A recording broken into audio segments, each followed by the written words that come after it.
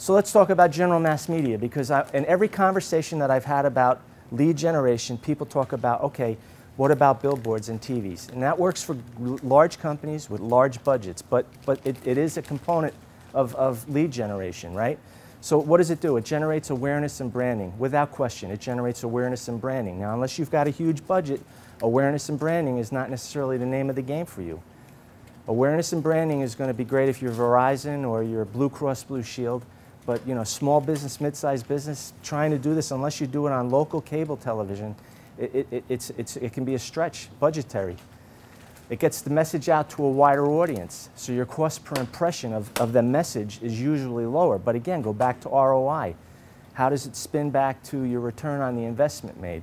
That you really have to track that and make sure that you're monitoring that. Now, as I mentioned, there's new approaches here. This pay for performance with infomercials and going on Cablevision. That is widely accepted right now. And it is an approach that basically is being seen and being used by mid-sized and smaller companies. And the reason for that is they're buying space that might otherwise not have been used. So you might see the commercial at 2 o'clock in the morning. But you can put it on day parts, and you can put it on channels that are relevant to you.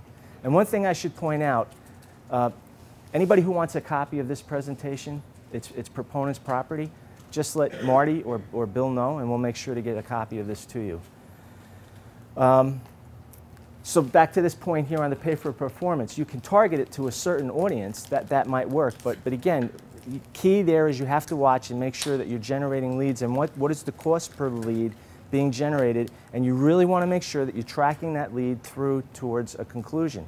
Did you get an appointment? Was there a phone call generated? Was there a sale made? And all of those metrics you need to watch so you can establish a benchmark, so as you go forward with this, you can determine which programs are working and which programs aren't working.